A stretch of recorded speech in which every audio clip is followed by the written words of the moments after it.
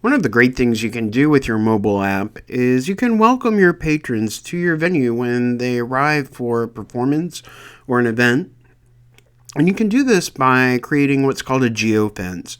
A geofence is a boundary you establish around your venue, and when your app user crosses that boundary, it triggers a push notification to be sent directly to their device, which encourages them to open your app and engage with your content. So to make this happen, we need to start by creating a geofence, and to do that, we go to Mobile, and in the drop-down, we go to Geofences. Now, if you had already created some geofences, they would be listed here, but we're starting from scratch, so we're going to tap on Create.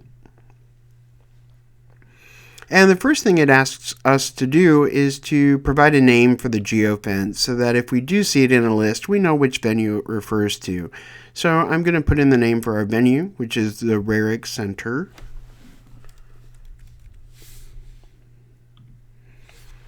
Next, it's going to ask us to put in the address for the location.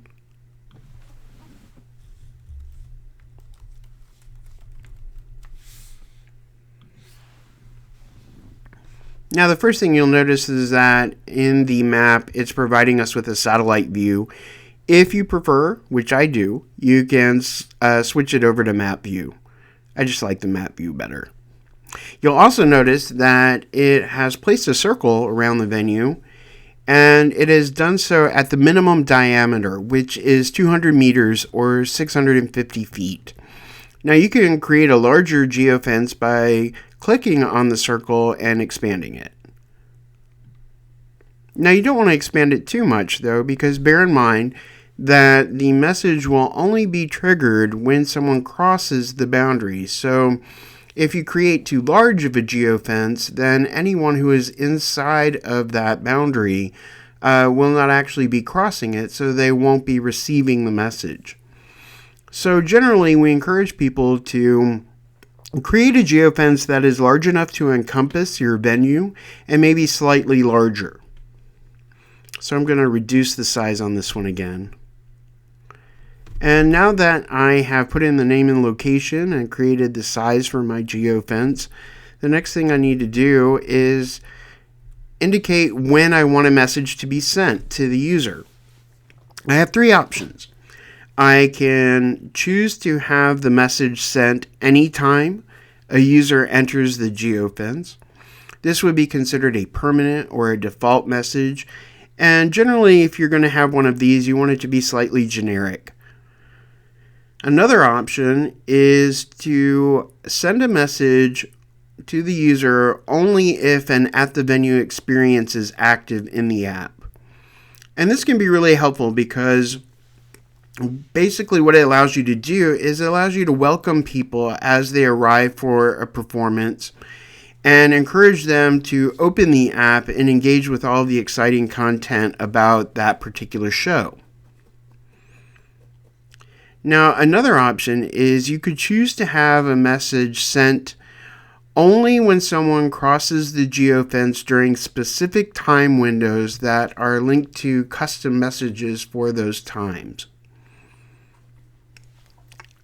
In this particular example, I'm going to create what's a permanent or default geofence. As I mentioned, you want it to be slightly generic, so I'm going to come down into the message box and I'm going to put in my message. Welcome to the Rarick Center. Check out our app for upcoming performances. And I notice that I want to put in a little edit here. Now you do have a maximum length of 100 characters. If you do have more than 100 characters, you're going to see an error message that won't allow you to go further until you reduce it to within the parameters provided for characters. So now I have labeled the geofence, I've determined its size and what venue it's going to be placed around, I've determined when the message will be sent to the app user, I have determined what message will be sent to the app user. Now I need to make sure that it's active, so down here where it has active, I need to make sure that checkbox is marked. If I need to come back in and deactivate a message for any reason, I can do that by simply unchecking the checkbox. And now I'm ready to create. And it's that easy. Now, if you are unsure about what size geofence you should create or when you should be sending this particular message to people, please feel free to send an email to support@InstantEncore.com. We'd be happy to talk with you about your particular situation and provide you with the best practices that fit that particular scenario.